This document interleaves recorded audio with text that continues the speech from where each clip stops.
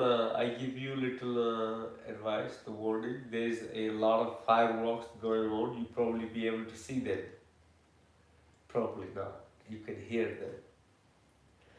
So, but you can imagine it. Usually the when you hear the sound, if you know the what sound you're hearing, you can actually relate to that sound.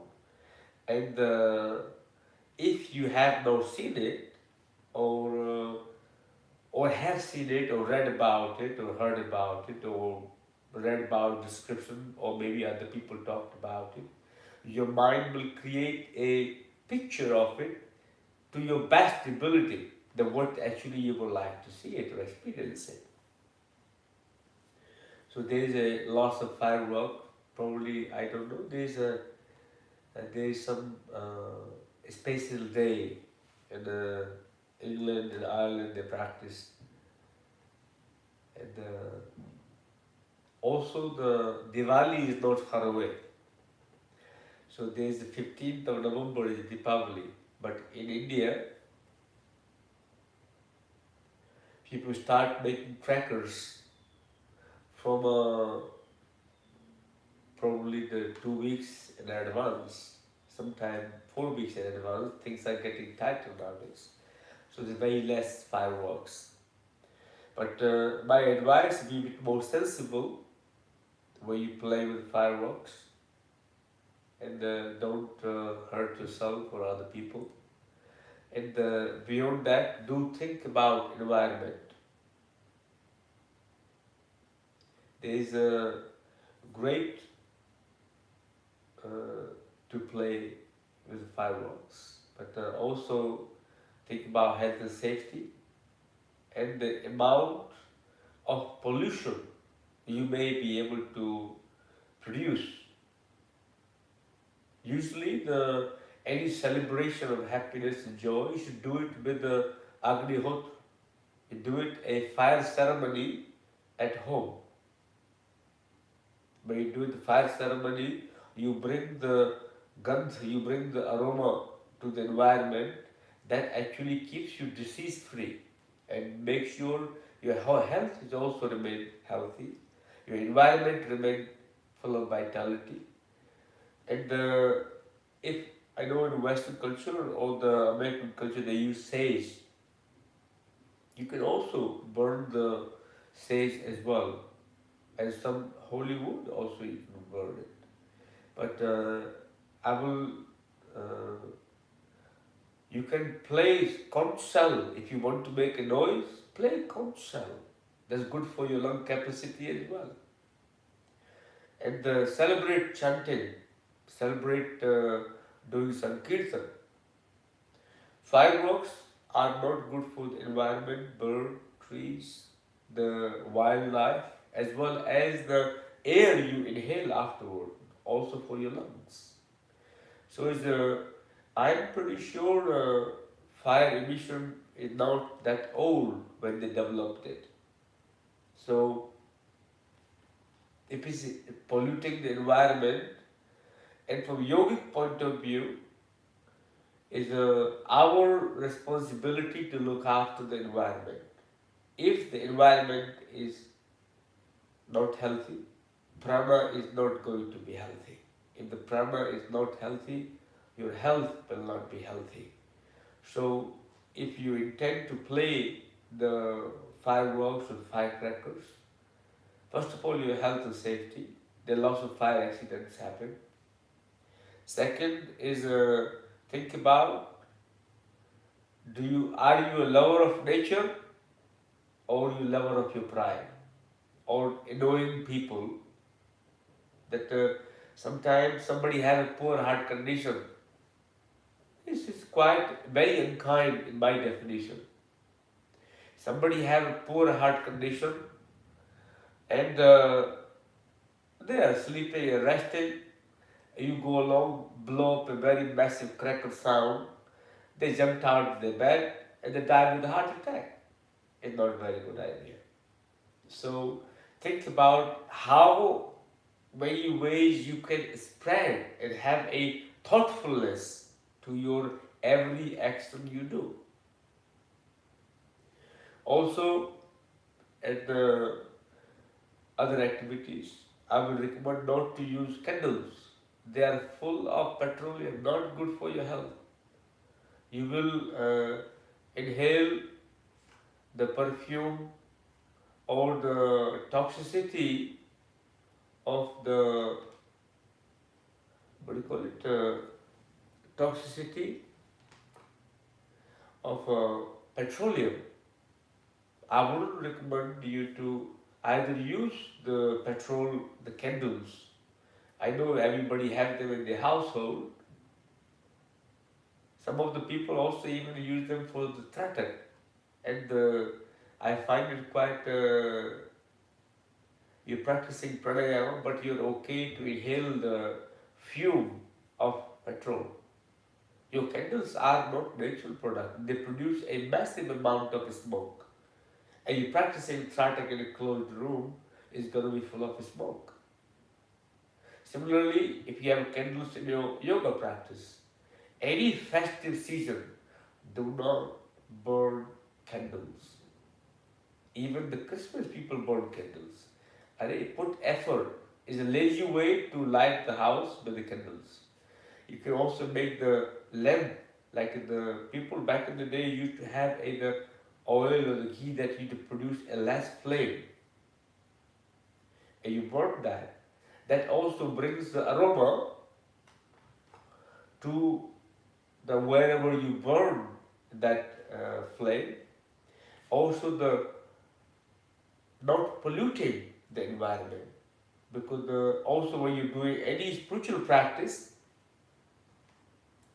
in the presence of that light is also very helpful, because the aroma of the burning a specific oil like a ghee, sesame oil, maybe the castor oil also is effective. So whatever type of light you look with your eyes also affects the frequency. Your eyes represent the fire element. So at Diwali, if you can be careful with the fire, also the fireworks. Choose wisely not to use candles in your household practice, especially with yoga. Somebody practicing yoga is a real story, by the way. The candlelight yoga. Have you heard of it? Candlelight yoga. And I only heard candlelight dinner, but some yoga teacher was advertising candlelight yoga, and also they went to one extent.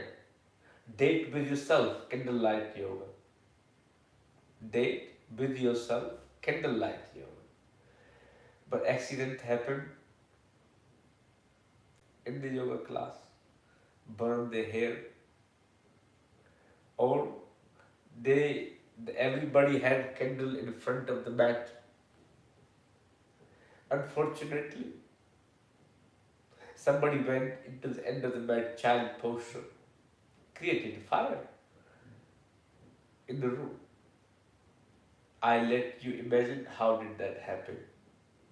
Write it down in the comment and tell me how did that happen. So, anyway, so if you are actually practicing yoga with a candle, that's also not very healthy. So, environment, as a yoga practitioner,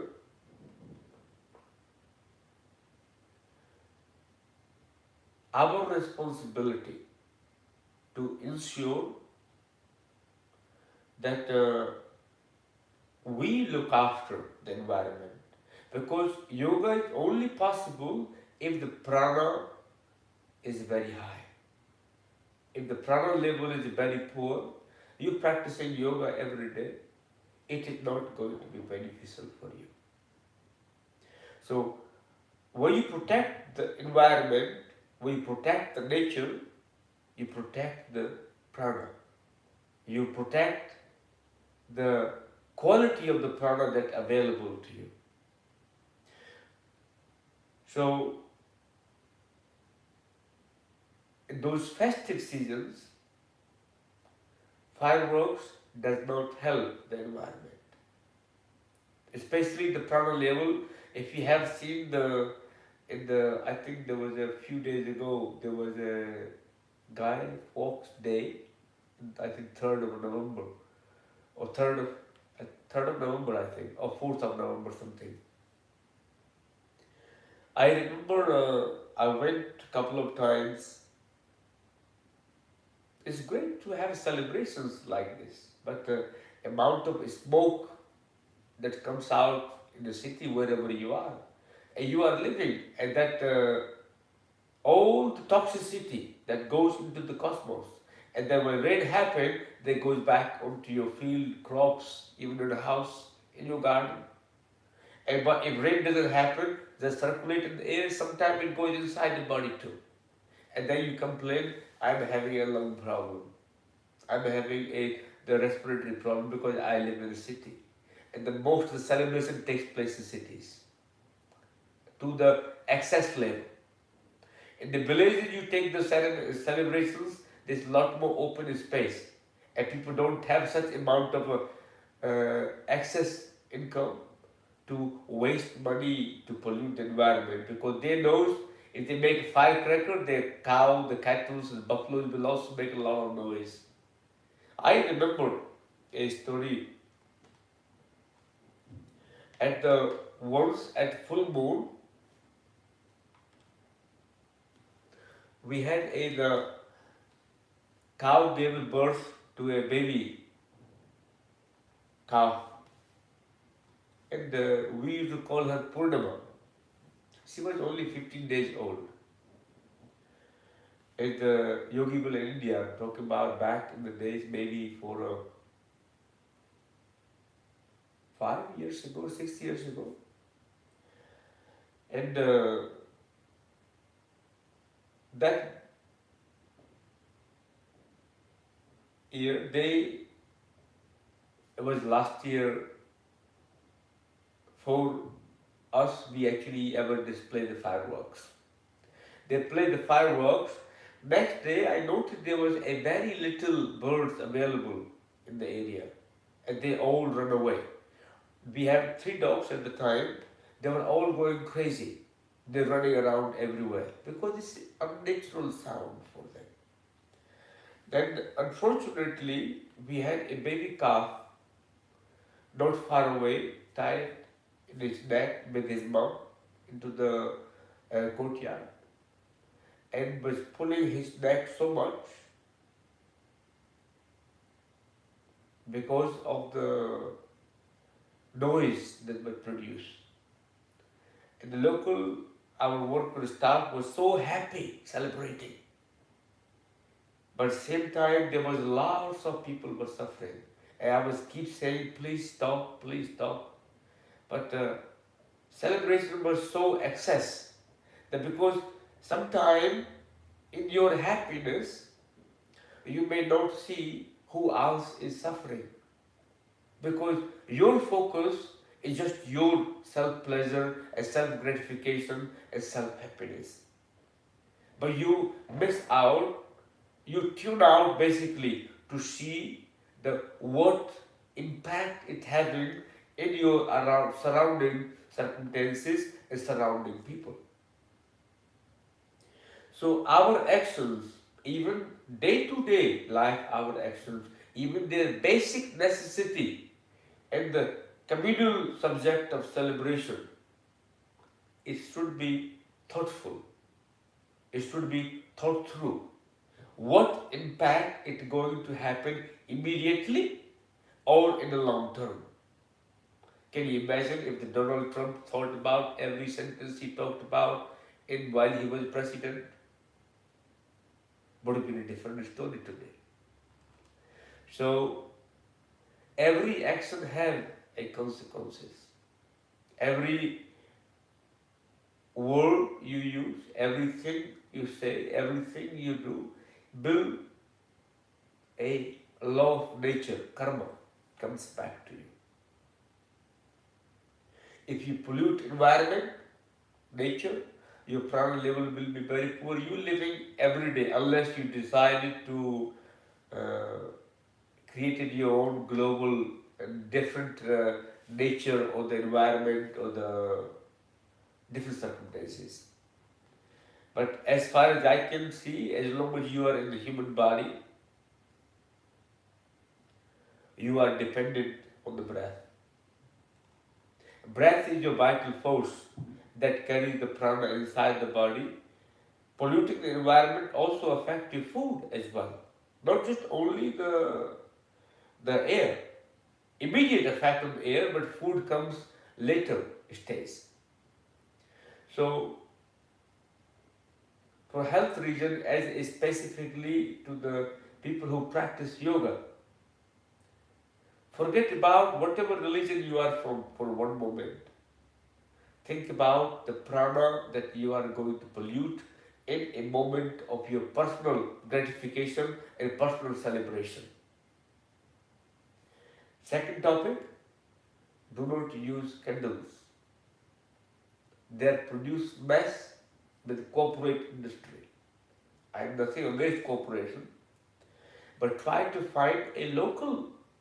People used to make a little soil lamps, put the effort into it, especially in the if people from India, they probably know what I'm talking about. Little cups are made out of soil, you put oil and some cotton thread into it, and you light it. They require an effort, but you replace it nowadays with a candle to do. And also when you practice yoga, don't practice candlelight yoga or any form of candle yoga. Health and safety hazard.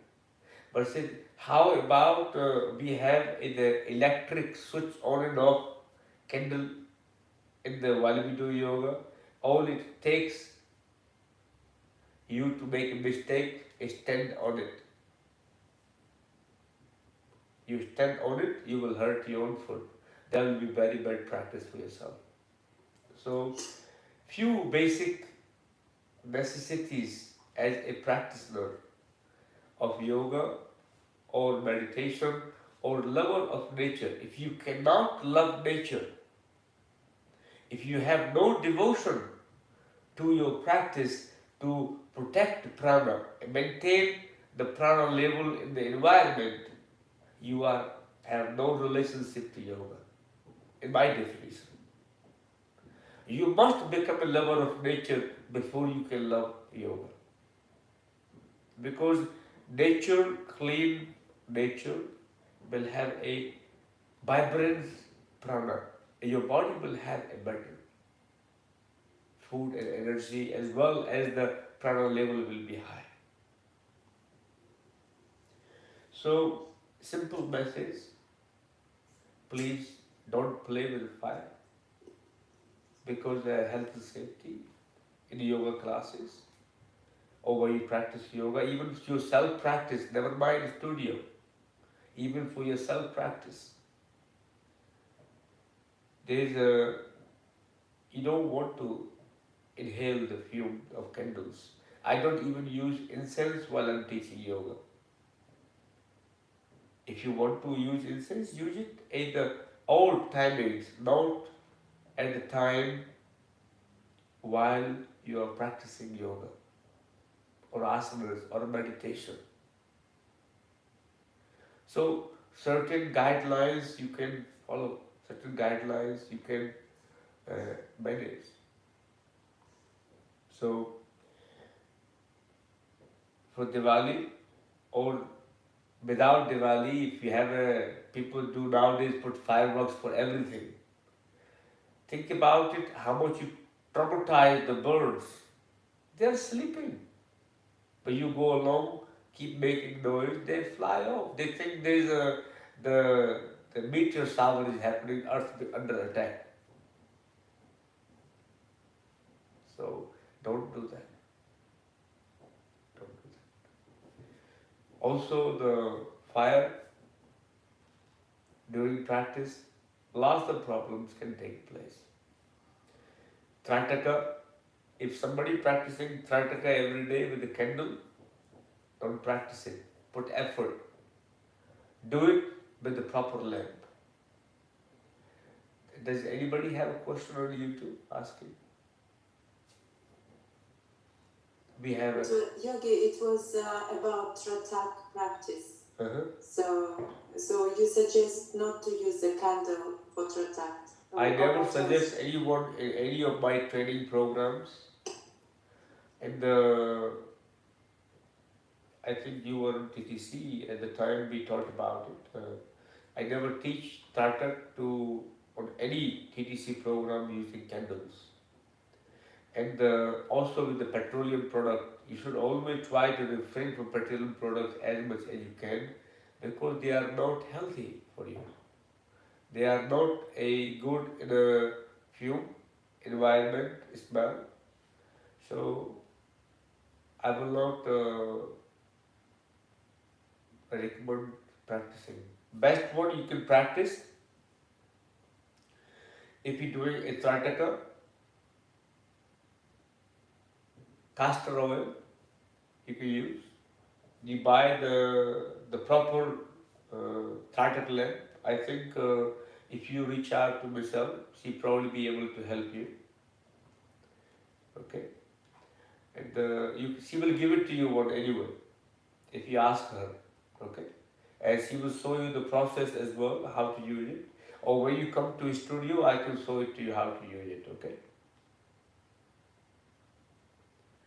And other concern is a candle. You can use castor oil for the Trāṭaka Deepam.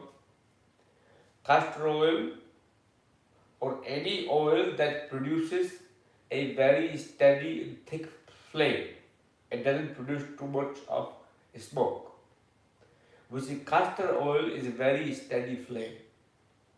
It doesn't flicker much, very thick flame, and have a very little smoke comes out of it. Or you can have a very good quality of ghee as long as it's made out from a specific process, not made out from cream or butter. You can also use ghee. I'm not talking about Irish ghee, by the way. So ghee, you can use it. Also, you can use sometimes people use the sesame as well, but it's a quite thin oil, so it may produce a bit more excess smoke. So the best Trāṭaka oil I can recommend from my experience is castor oil. It's hard to lit, but it's very steady flame. And the results are very good. But if you are a very angry person, if you are a very egotistic and angry person, which is the majority of people are, I don't recommend you castor oil. I recommend you use the ghee. If you're practicing yoga regularly and you are not in a rush to see a God or divine light to attain some sort of siddhi or the power, you are not power maniac or power hungry or not afraid of failure like Donald Trump, it's okay to use the castor oil. But I will again, if you get scared and you are chasing the power really fast because your nervous system is agitated, I will not recommend, because that will create a lot of fire in your body, will make you more agitated and angry. So I will recommend to use ghee to start with and continue practicing asanas, pranayama and kumbhakas till you have mastered the kumbhaka, practicing Trāṭaka will be very difficult because you'll be more worried about the breath. So, important part when you practice Trāṭaka, have when you start a candle, let's say your 6-inch candle or the 5-inch candle, depends how it's maybe sometimes tea light. So it slowly burns down, the gauge goes down. You need to make sure the flame remains same place, doesn't change. There's many reasons you should not use candle anyway. First of all, health reason you should not use candle. You don't want to inhale that smoke while you're practicing close the room because you can't practice Trāṭaka outside because wind will be flickering the flame. You practice Trāṭaka in a closed space where the room is closed and there's no there's no light coming through, completely dark, there's no air passing through it, so you don't get distracted. You can have a steady practice. So in that space, if you have flame that produces lots of smoke, you will also be inhaling that. It becomes carcinogenic. It becomes more problematic for you than beneficial. You probably have hallucination because you're really high on the CO2 or the carbon. Then you will say, oh, I saw the God, but actually you are hallucinated by the fume. That might be the case in some of the cases. If you're practicing in the Trāṭaka with the candle and you're inhaling all the fumes, having a hallucination, and you're seeing God, and seeing light or the different figures, actually you are not seeing them, you are hallucinated by the fume. Now all like thinking, it was not me, Yogi. So remember some basic things. If you need a more help, reach out to me. You have my channel. You can ask me a question from a YouTube channel or send me a personal email to the website. I will always be able to help you. And you forgotten the ladder from the course what we did. I think Tanya was in the course. We used proper Deepam most of the time. But if not to worry. Sarah mostly over this. He was so eager that day we did in the evening because the flame was so light in the Yogasala in India. So we have to hide behind the wall to do it. So some of the things as a lover of yoga we do is absolutely not yoga friendly at all.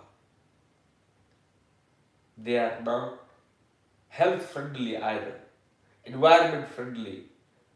So one request to all the yoga meditation practitioners, if you want to create a transformation, start aligning yourself with the nature. Start looking after the nature. Being vegan is one way of it, plant-based diet. But think about it, how much Amazon gets chopped up for your soya. And your soya come all the way from South America or from China. And you are living in the US or Europe. Is that good being a vegan?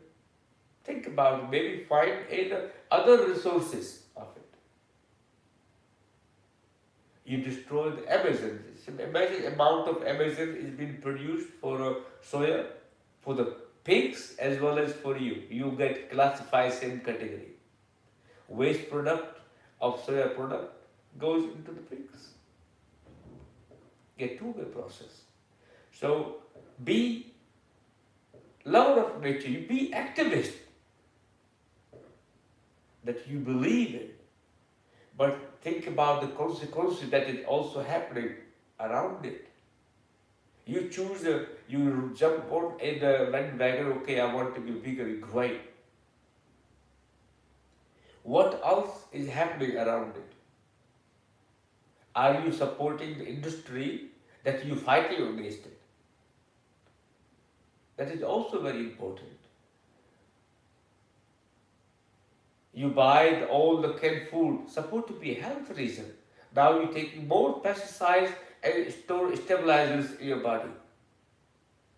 You're putting more sulfur dioxide in the body because you need to have a good canned life. The product you want to buy is in the health practice, no, the vegan practice, no, they come from across the globe. They are no longer healthy for you. So think all those circumstances as well. So yoga, meditation practices should be a bit more health conscious. Health comes from nature. Become a lover of nature before you can become a lover of yoga, a lover of yourself. Your health depends in the environment around you, which you polluting every day, and you think that you love yoga. I don't think so. Most yogis lived, even while they practice living in nature, they lived up in the forest. They even built how they live in caves to practice yoga. Because they don't really want to destroy the nature. So why? Because they don't want to be homeless. They want to align with nature. You do a cobra posture. Where the cobra lives? Nature. Down facing dog, up facing dog, where the dog lives. Dog lives with the principle of nature. Despite you take a dog for a haircut every 2 weeks. Salute. That's not natural for dog. You can love a dog, but I don't think dog asks you, please take me to haircut. On the way you love nature, somebody asks a dog passing through it, you don't have a good love to back to it.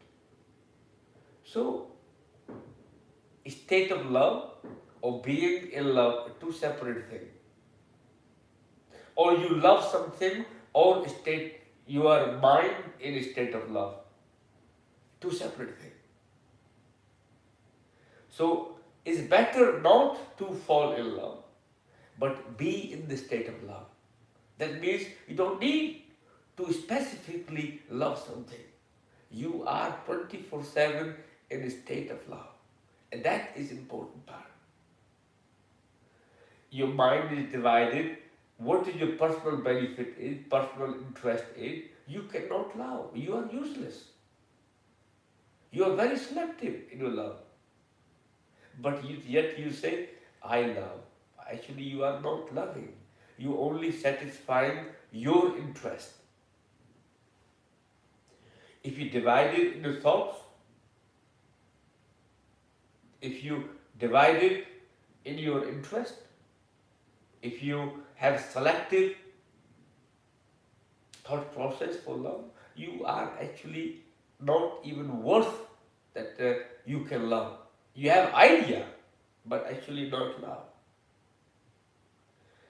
As long as your thoughts are divided, as long as you have not developed the state of mind completely whole, your factor, your awareness divided into the different factors, you are not capable of loving.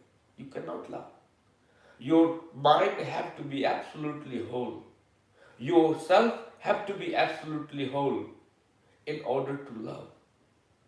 But I love yoga, I love nature, I love this, I love that. You have idea of loving, but there is no state of love inside you. A state of love can take place when you become complete, undivided, unfactorized in your thinking. So, many things you can do as a yoga practitioner.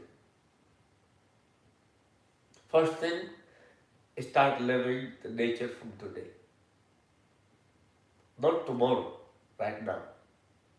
If you have candles already in your house, turn it off. Don't buy them again. Don't pollute. You don't need candles. Why do you need candles? I don't really understand. But I like decoration. I like candles in the house. They look really nice. But okay, it's your personal interest.